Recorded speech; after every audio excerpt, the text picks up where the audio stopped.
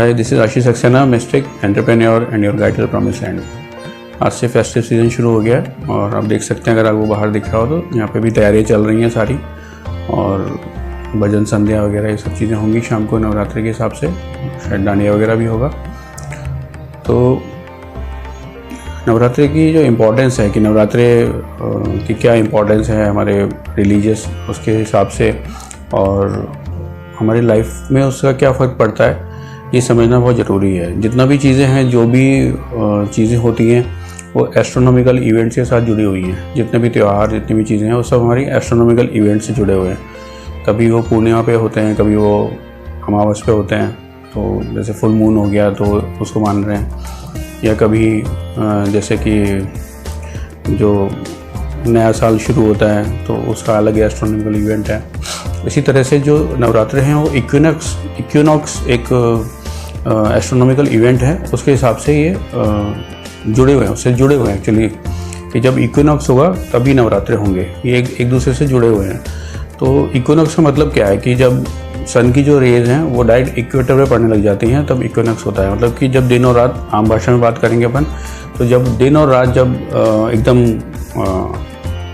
बराबर हो जाते हैं, कोइंसाइड करते हैं कि एकदम एक सेम उसमें आ जाते हैं, तब तो उसको हम इक्विनॉक्स बोलते हैं। और वही नवरात्रि के यहाँ से नए शुरू होते हैं। एक बार भी ये समर में होता है और एक बार ये होगा विंटर के अंदर।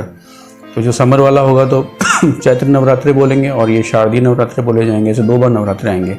तो जितने भी एस्ट्रोनॉमिकल इवेंट्स हैं उनसे हमारी लाइफ जुड़ी हुई है। जो भी घटनाएं घटती हैं उनसे हमारे जीवन पे, हमारे मन पे, हमारी आत्मा पे उसका असर पड़ता है। इसी वजह से जो भी ऑस्पिशियस डेज जो रखे जाते हैं, वो जो भी तिथियां हैं वो इसी तरह से बनाई गई, इसी कैलकुलेशन से बनाई गई हैं।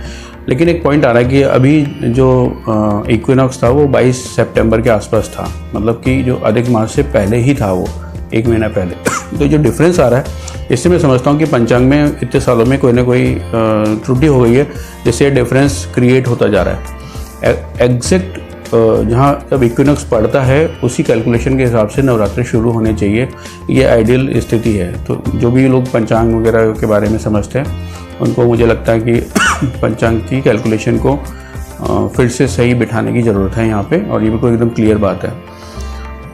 एक और इम्पॉर्टेंट बात है कि जो नवरात्रे जो हैं वो कुंडलिनी जागरण से जुड़े हुए हैं, क्योंकि जो कुंडलिनी जागरण का जो कंसेप्ट है और चक्रों का जो कंसेप्ट है वो बेसिकली शाक्त संप्रदाय और तंत्र से जुड़ा हुआ है। तंत्र के अंदर ही इस बारे में कहा गया है।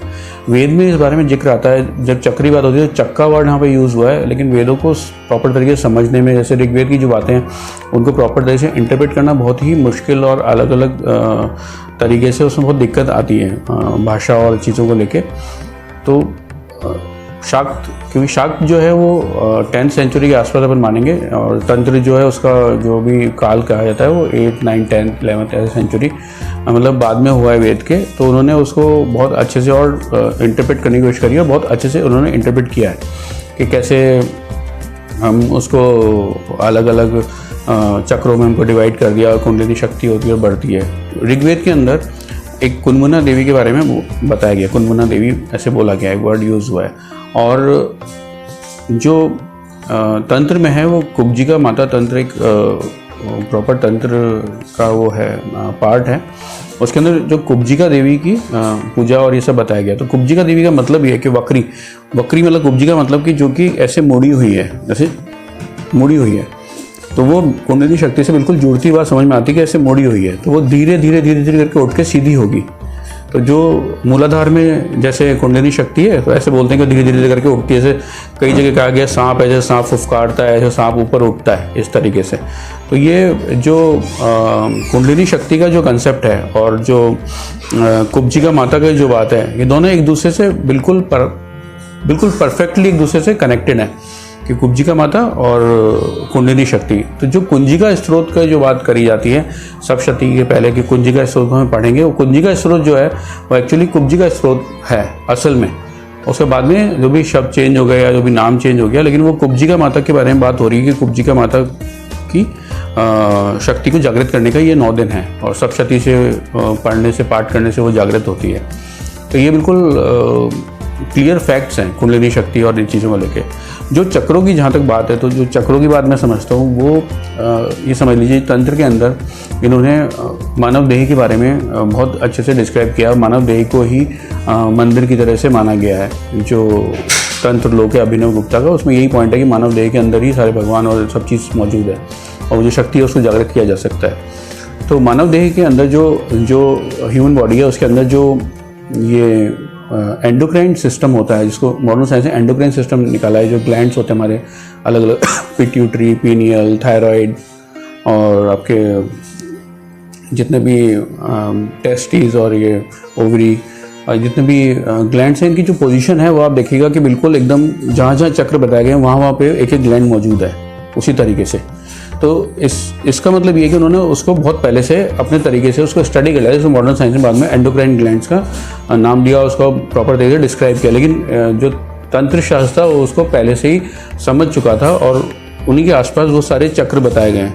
तो जो कुंडलिनी शक्ति है वो इसका मतलब उन एंडोक्राइन ग्लैंड्स के से होती ऊपर आएगी, इसका मतलब ये हो रहा है, और फिर जाएगी डायरेक्ट हमारे पीनियल ग्लैंड जो सहस्त्रार बोलते हैं।